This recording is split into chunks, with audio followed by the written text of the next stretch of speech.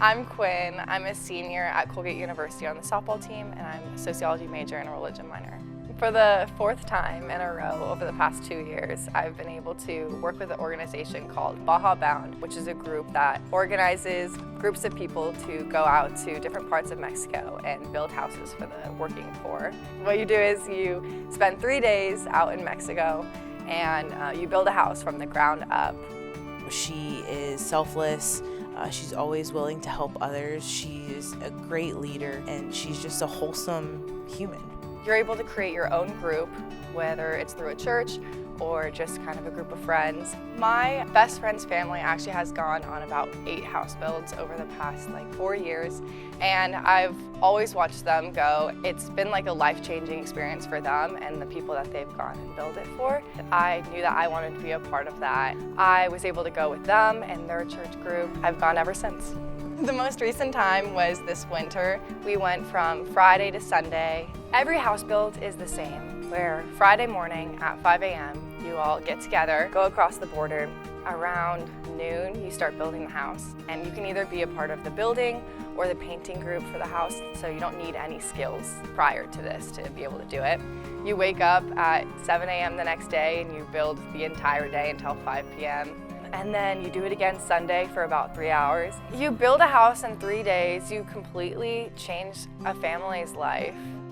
Her heart is it's enormous, and she cares about making an impact on someone other than herself, to give these families places that they feel safe and are sheltered from any sort of weather. So she's incredible. The most challenging part is probably the language barrier, but in a way that doesn't stop anything, like the connections being made. What I think is just so cool about this challenge is that it doesn't stop anyone from building connection, and language almost doesn't even matter. Like I went 3 days without actually speaking to this family, and yet I had such a connection with all of them. On the first house build I went on, there was a family selling ice cream, which now I know that they had actually received a house there about a couple years ago. It was a family, a mom, a dad, and 2 kids, Bruno and Elsie. And I just fell in love with these kids and the family. There was just this connection that was made. Every time I have gone out, they come and they visit and they hang out with me, like the different days I'm out there. This last time I was able to go out and they were able to come and visit, and they brought me these drawings, and so I think it was really cool because they drew me next to a house, because whenever they see me, it's because I'm building a house. Even though I can't speak Spanish, I'm still able to show my love for them.